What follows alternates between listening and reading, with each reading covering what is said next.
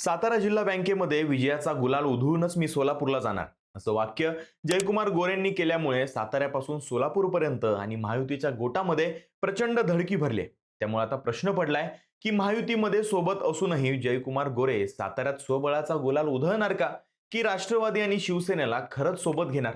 काही महिन्यांपूर्वी सातारा जिल्हा परिषदेमध्ये हाती बहुमत नसताना सुद्धा भाजपने ज्या प्रकारे फोडाफोडी करून स्वतःचा अध्यक्ष बसवला, त्याच झेडपीच्या पॅटर्नची पुनरावृत्ती आता जिल्हा बँकेत होणार का, की संगनमताने ही निवडणूक होणार.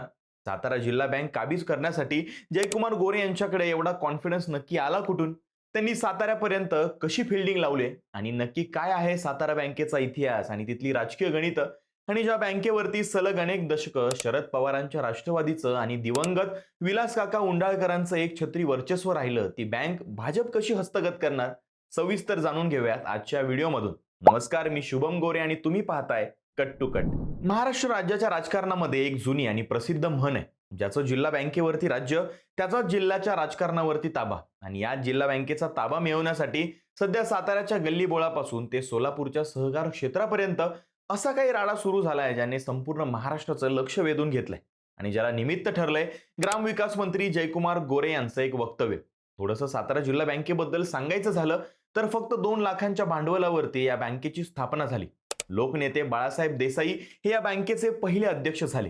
त्यानंतर यशवंतराव चव्हाण आणि आबासाहेब वीर यांच्या तालमीत तयार झालेल्या एका लोकनेत्याकडे या बँकेची जवळपास 40 वर्ष एक हाती सत्ता होती. ते नाव म्हणजे दिवंगत विलास काका उंडाळकर. ते सातारा जिल्हा बँकेचे 50 वर्ष संचालक होते. काकांनी बँकेला मंदिरासारखं जपलं होतं. त्यांच्या कडक शिस्तीमुळेच साताऱ्याच्या या बँकेने सलग 6 वेळा नाबार्डचा राष्ट्रीय पुरस्कार पटकावला. जेव्हा विलासराव कोरोनाच्या काळामध्ये बरेच आजारी होते, तेव्हा सुद्धा त्यांनी सीईओंकडून बॅलन्स शीट मागून घेतली आणि त्यांना बजावलं होतं की गोरगरिबांचे पैसे बँकेत, आपण मालक नाही, आपण विश्वस्त आहोत, बँक चांगली चालवा. थोडक्यात जिल्हा बँकेसाठी एवढी चुरस नसायची. पण 2021 नंतर सगळं चित्र बदलताना दिसतंय. आज या बँकेवरती ताबा मिळवण्यासाठी राजकीय सहली, पळवापळवी, सोसायट्यांमध्ये राजकीय मारामाऱ्या आणि पोलिसांच्या बंदोबस्तामध्ये मतदानाचे ठराव घेण्याची वेळ आली. येत्या ऑक्टोबरमध्ये सातारा जिल्हा बँकेची निवडणूक होणार आहे. त्याच्यासाठी 10 मतदारसंघातील तब्बल 2011 ठराव जिल्हा उपनिबंधकाकडे दाखल झालेत. आणि सर्वात मोठी गोष्ट म्हणजे दाखल झालेल्या बहुतांश ठरावांवरती भाजपने आपलं वर्चस्व सिद्ध सुद्धा केलंय. गाव आणि सोसायट्यांमध्ये अक्षरशः ठिणग्या पडतात. प्रत्येक नेता आपापल्या भागात जाऊन मोर्चे बांधणी करतोय. जावळी तालुक्यामध्ये तर शिवेंद्रराजे भोसले आणि शशिकांत शिंदे यांच्या समर्थकांमध्ये तुफान चुरस रंगली. इतकी रंगली की आखाडे गावामध्ये तर 2 गट थेट आमने सामने आल्यामुळे पोलिसांना सुद्धा धाव घ्यावी लागली. म्हणजे निवडणूक अजून व्हायची आहे, पण मतदार यादी ठरवण्यासाठीच पोलीस बंदोबस्त लागतोय. कारण या जिल्हा बँकेच्या निवडणुकीमध्ये सर्वात जास्त राडा आणि चुरस बघायला मिळत असेल तर ती म्हणजे सातारा जावळी तालुक्यामध्ये. सातारा आणि जावळी तालुक्यातून 448 ठराव दाखल झालेत. त्यामध्ये शिवेंद्रराजे भोसले आणि शशिकांत शिंदे आणि उदयनराजे भोसले यांच्यामध्ये वर्चस्वाची सर्वात मोठी लढाई सुरू आहे. दुसरीकडे जयकुमार गोरे, जे मायक्रो मॅनेजमेंटचे मास्टर मानले जातात, आठवड्यातून एकदा मानमध्ये जाऊन सोसायटीच्या एका संचालकाशी थेट संवाद साधणे, त्यांची स्थानिक अडचण समजून घेणे आणि गरज पडल्यास सत्तेची किंवा निधीची रसद पुरवून ठराव आपल्या खिशात टाकणे, या तंत्रामध्ये गोरेंचा हातखंड आहे.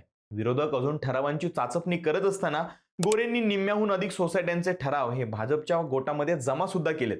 त्यामुळे मान खटावमध्ये ते सुपडा साफ करतील यामध्ये काही शंका नाही. बरं, गोरे हे काय फक्त साताऱ्यापुरते थांबले नाहीयेत. सोलापूरचे पालकमंत्री म्हणून त्यांनी तिथे 12 पैकी 4 नगराध्यक्षपद, 10 पंचायत समित्या आणि महापालिकेवरती भाजपचं वर्चस्व आणून दिले.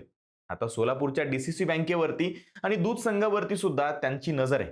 हेच साताऱ्यातल्या बाकीच्या भागांमध्ये जर नजर टाकली तर फलटणमध्ये रामराजे नाईक निंबाळकर वर्सेस रणजितसिंह नाईक निंबाळकर, वाई खंडाळ्यामध्ये मदन भोसले वर्सेस मकरंद पाटील, तर कराडमध्ये अतुल भोसले वर्सेस पृथ्वीराज चव्हाण आणि बाळासाहेब पाटील अशी सर्वपक्षीय युद्धभूमी तयार झाले. भाजपकडून शिवेंद्रसिंह राजे भोसले यांच्याकडे या निवडणुकीची सूत्र देण्यात आली असली तरी जयकुमार गोरेंचा आक्रमक पवित्रा बघता गोरेच फ्रंटला राहून ही सगळं राजकारण फिरवणार असल्याच्या चर्चा सगळीकडे होताना दिसतात.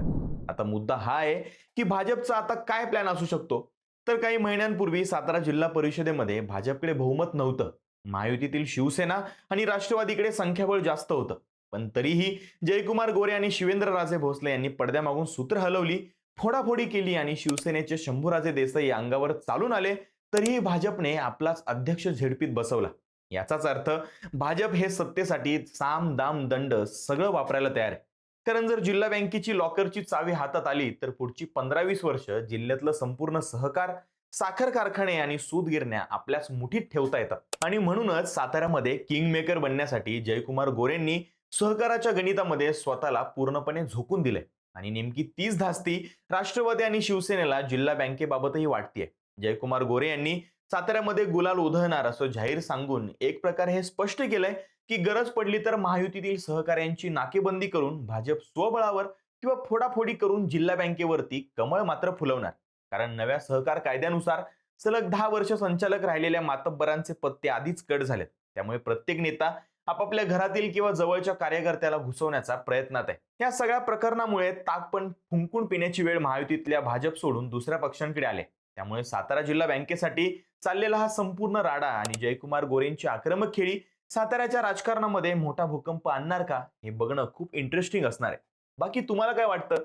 जयकुमार गोरे आणि शिवेंद्रराजे भोसले हे सातारा जिल्हा बँकेवरती भाजपचा झेंडा फडकवणार का, की शशिकांत शिंदे आणि राष्ट्रवादी आपला जुना बालेकिल्ला वाचवण्यामध्ये यशस्वी होणार?